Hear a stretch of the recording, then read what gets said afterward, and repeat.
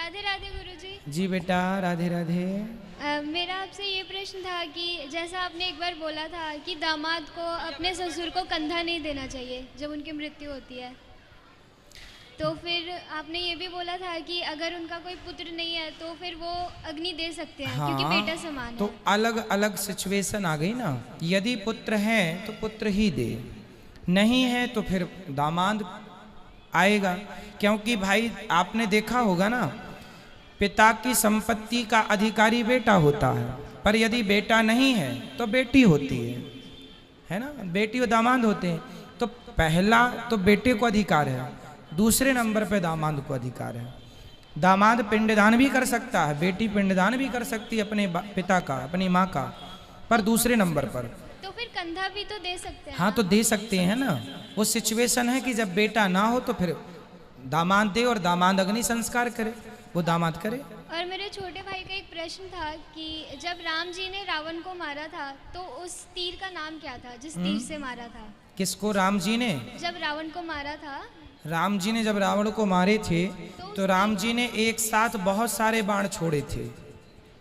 वो आग्नेयास्त्र था, तो उसका नाम था आग्नेयास्त्र। तो आग्नेयास्त्र तो अग्नि जाएगी नाभि में तो अमृत को सुखा लेगी। तो आग्नेयास्त्र से भगवान ने रावण की नाभि में बाण मार के अमृत सुखाया, जिससे रावण की मृत्यु हुई। और एक और प्रश्न था कि जैसे अभी बता रहे थे कि जीव हत्या नहीं करनी चाहिए, तो मैं भी नहीं खाती हूँ, लेकिन जो मेरे दोस्त हैं मैं उन्हें जब बोलती हूँ कि नहीं खाना चाहिए, गलत बात है, तो वो बोलते हैं कि अगर हम इन्हें नहीं खाएंगे तो इनकी जनसंख्या इतनी बढ़ जाएगी, फिर वो हमें खाने लग जाएंगे। तो उनसे बोलो कि मनुष्यों की भी जनसंख्या तो बढ़ रही है, अपने माँ बाप को खा लो। भाई मनुष्य भी तो बढ़ रहे हैं, अनकंट्रोल हैं, तो का आदमी को खाने लगेगा कोई? और उनसे कहना कि जनसंख्या सबकी, मछलियों की जनसंख्या बढ़ेगी तो तुम बेटा उनसे बोलना जो धर्म है वही चलो। बोले जनसंख्या तो फिर बहुत लोगों की बढ़ रही, सबको खाओ। भाई बोलना कचरा भी बहुत बढ़ रहा, कचरे की भी संख्या तो बढ़ रही है। नालियों का भी तो, नाले का बहुत गंदगी बढ़ रही है, वो भी हजम करो खा खा के। फिर सभी तो बढ़ रहा है। फिर जब सबके ठेकेदार बने हो आप जनसंख्या नियंत्रण के, तो फिर सब खाओ। थोड़ा आप लोग जवाब देना सीखिए। धन्यवाद गुरुजी। खुश रहिए। राधे राधे गुरुजी। बेटा राधे राधे। गुरुजी मेरा प्रश्न ये कि सुदामा जी के माता पिता का नाम क्या था? सुदामा जी के पिता का नाम था धर्माध्वरी। पिताजी के नाम क्या था सुदामा जी के? धर्माध्वरी। और उनकी माता का नाम था सत्यवती। तो फिर उनका जन्म कब हुआ था? उनका जन्म तब हुआ था जब भगवान श्री कृष्ण के समय लगभग जितनी उम्र भगवान की थी उससे थोड़ी से बड़े थे सुदामा जी। 5,500 साल पहले की घटना है ये। सुभद्रा जी। क्या? सुभद्रा जी। सुभद्रा जी पूछ रहे हैं कि सुदामा जी? सुभद्रा जी। आपने सुदामा जी का नहीं पूछा? नहीं। अरे हमें तो सुदामा जी को लगा। हमने सुदामा जी के पिता का नाम बता दिया। चलो, सुभद्रा जी के पिता का नाम है वसुदेव जी और माता का नाम है देवकी। उनके तो कृष्ण लीला में कोई वर्णन ही नहीं है। नहीं बेटा, भागवत जी में लिखा है श्री कृष्ण के होने के बाद देवकी की 8वीं संतान है कृष्ण और देवकी की 9वीं संतान है सुभद्रा। जब वो कंस के कारागार से छूट गए थे तब उनकी एक बेटी हुई थी 9वीं, जो सुभद्रा है, भगवान श्री कृष्ण की सगी बहन है। वसुदेव और देवकी से हुई है, लिखा है ये। धन्यवाद गुरु खुश जी। रहिए।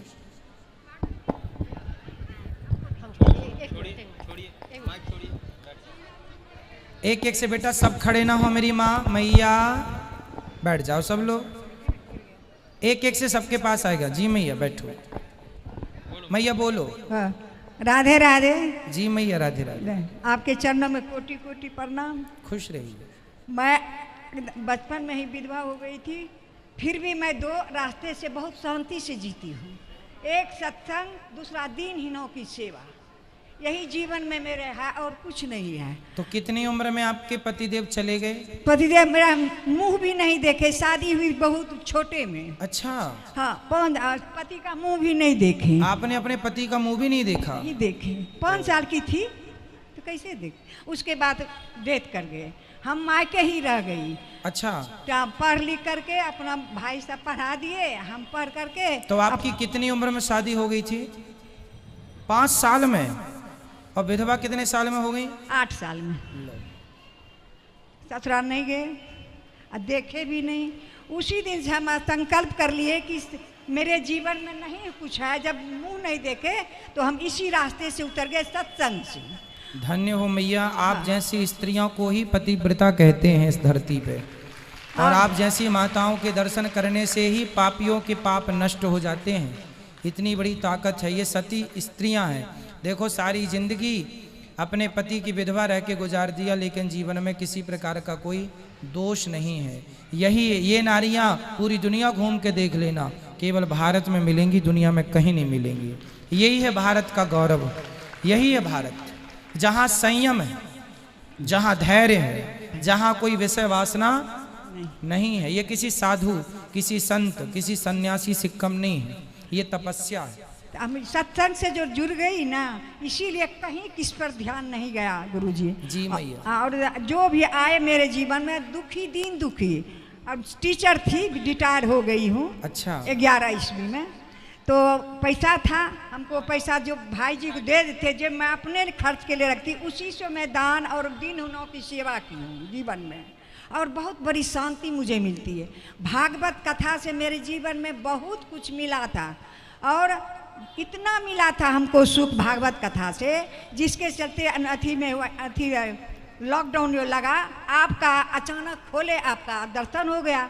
मैं उसी दिन से इतना लग्न में हूँ कि आपसे के द्वारा मुझे बहुत बड़ी जो अधूरी थी मेरी शिक्षा सत्संग से, वो पूरी हो गई। और पूजा पाठ में इतना मुझे लगन है कि उसका हम वर्णन तो भक्त बिहारी जी करेंगे, हम क्या करेंगे।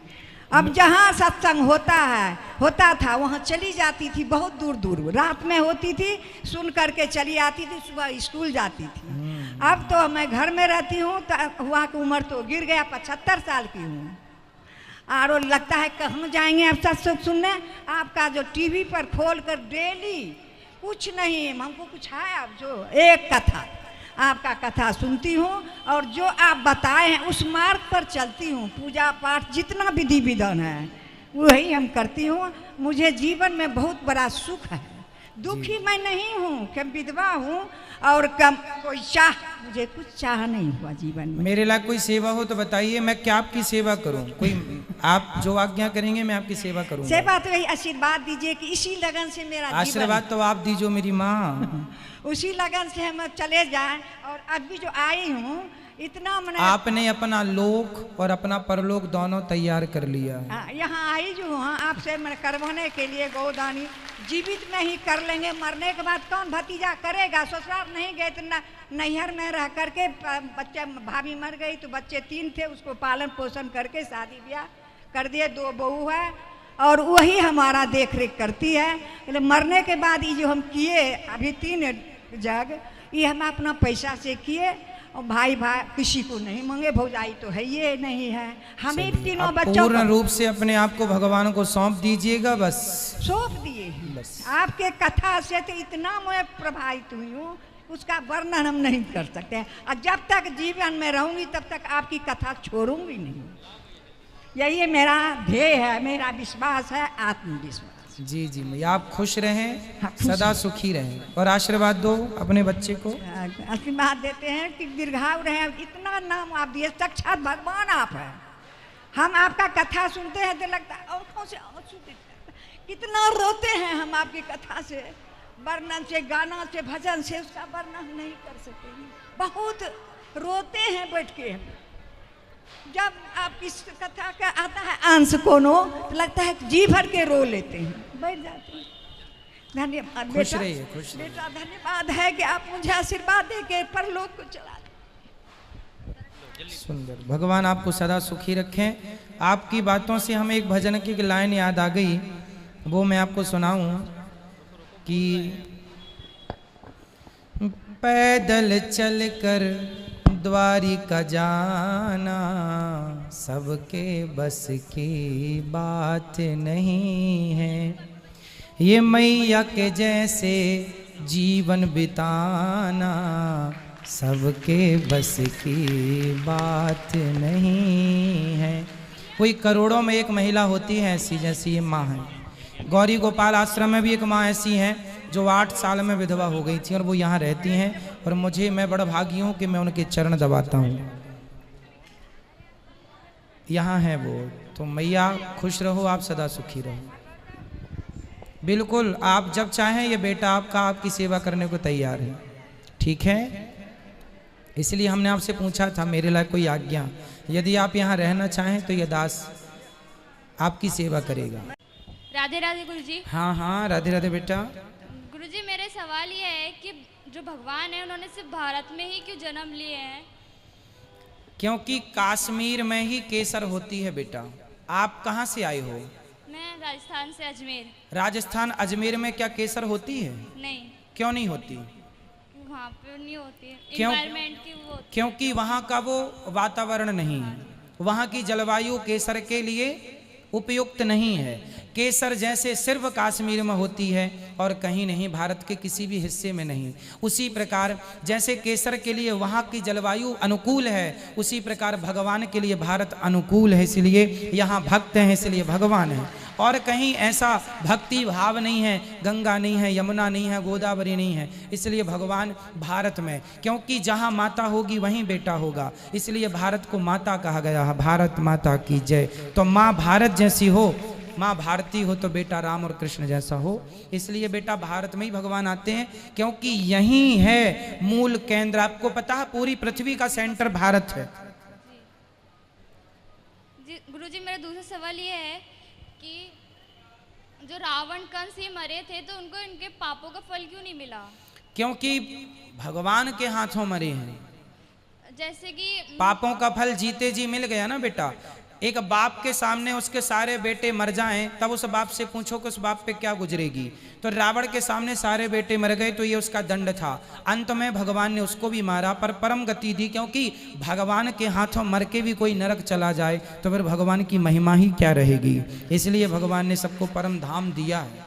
जैसे कि गुरुजी जैसे कि भगवान के हाथों मरते हैं तो परम धाम को चल जाते हैं। तो जैसे कि जो बाली था, बाली भी श्री राम जी के हाथों मरा था, तो उसने श्री कृष्ण को मारा था बहेलिया बन करके, तो फिर वो तो परम धाम को चल गया, तो उसने दूसरा जन्म कैसे लिया? परम धाम को चला गया था, भगवान ने अपने धाम में ही भेजा था, पर बार बार कह रहा था छिपके क्यों मारा। भगवान ने कहा चल तू भी अगले जन्म भैया मार लेना, मैं तुझे छोड़ दूंगा एक जन्म के लिए, आ जाना तू भी मुझे मार के हिसाब कर लेना। तो उसने मारा, फिर भगवान ने जहाँ की तहाँ।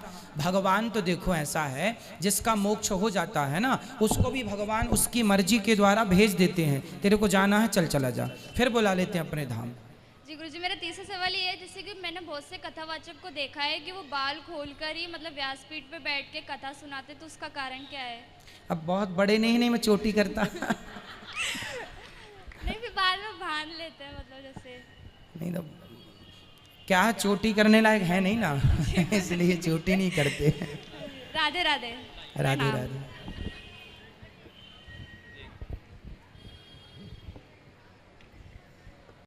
सुनील कुमार पटेल जी, गुरुजी मैं खेती बाड़ी करता हूँ तो मेरे से बहुत सारे जीव मर जाते हैं, तो क्या हम पापी हैं? ना।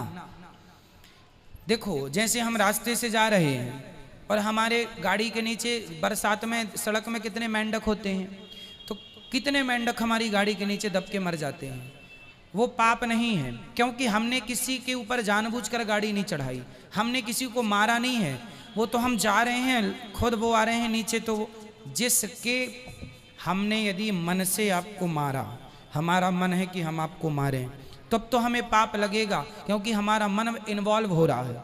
जहाँ पे मन कोई इन्वॉल्व नहीं होता किसी का, उसमें पाप नहीं लगता। जैसे आपने मच्छर मार दिया तो आपका मारने का मन नहीं था, आपने हाथ रखा मर गए, इसमें कोई पाप नहीं लगेगा। किसान खेत में जीव जंतुओं को मारते हैं क्योंकि वो आप जानकर नहीं मार रहे हैं, आप तो अपनी फसल की रक्षा कर रहे हैं और ये आपका धर्म है। इसलिए कीट पतंगों को इस प्रकार यदि आप मारते हैं तो कोई हत्या नहीं है, कोई पाप नहीं है। यदि पाप लगता है तो सूर्य भगवान को जल चढ़ाने से, भगवान का स्मरण करने से पाप से मुक्ति भी मिलती है। ये सामान्य पाप है। 5 प्रकार के पाप सबसे होते हैं। पहला पाप झाड़ू लगाने में पाप लगता है, क्योंकि झाड़ू से बहुत सारे जीव जंतु, चींटियों के ऊपर झाड़ू चल गई मर जाएगी। तो ये पाप हमने कोई जान के नहीं किया, झाड़ू तो लगाना ही पड़ेगा। तो ये सामान्य पाप। दूसरा पाप, जैसे चूल्हे पे, आजकल तो गैस का ज़माना, पहले कंडे और लकड़ी, ओपले और लकड़ी से रोटियां बनती थी चूल्हे पे, तो उन लकड़ियों में बहुत सारे जीव जंतु होते थे, छोटे छोटे कीट पतंगे, तो वो भी मर जाते थे। तो चूंकि रोटी तो खानी है, इसलिए वो भी कोई पाप नहीं है। 5 प्रकार के पाप हैं जो सुबह शाम भगवान के स्मरण मात्र से नष्ट हो जाते हैं। झाड़ू लगाना, रोटी बनाने में जो भी पाप है, सब्जियां काटने में पाप, आप गोभी, बरबटी, भिंडी इत्यादि काटते हैं तो चाकू से काट रहे हैं, इल्ली कट गई, इल्ली होती है ना अंदर, तो वो कट गई। साग सब्जियों में इल्ली विल्ली होती, इल्ली जानते हैं आप लोग? मैं ये जानती हो, रिश्तेदार है क्या? इल्ली विल्ली कट जाती है, मर जाती है, वो कोई पाप भाई अब खाना ही पड़ेगा, सब्जी भाजी तो खाना ही पड़ेगा, तो वो तीसरा ये पाप है ना। और 2 पाप ऐसे हैं कि हम चल रहे हैं, हमारे पाँव के नीचे कोई जीव जंतु दब के मर गया, वो गाड़ी से दब गया, एक चौथा पाप है।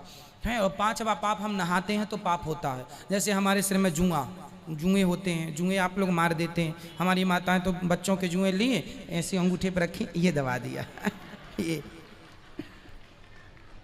ये पहले होते थे खटमल, तो आदमी खटमल मारता रहता था। तो ये 5वां पाप, ये तो ये सामान्य पाप हैं। इन पापों को करने से कोई पाप नहीं लगता। सूर्य भगवान को जल और भगवान का, क्योंकि सामान्य, इनके बिना जिंदगी का निर्वहन नहीं है। अब हम चलेंगे, नहाएंगे। अब आपको पता है, आपके जो पसीना होता है ना आपका, एक्चुअली वो एक प्रकार का बैक्टीरिया है। बहुत सारे बैक्टीरिया आपके शरीर में पसीने में घुल जाते हैं। आप नहाए तो सारे मर गए, वो भी एक अपराध है। लेकिन वो अपराध क्या करो, करना ही पड़ेगा, नहीं वो मार डालेंगे अपने को। तो इसलिए ये कोई पाप नहीं है, अब करना पड़ेगा, ठीक है, इसलिए इसका कोई दोष नहीं। सुप्रिया झा जी, गुरुजी मेरे ऊपर लोग बहुत बुरा,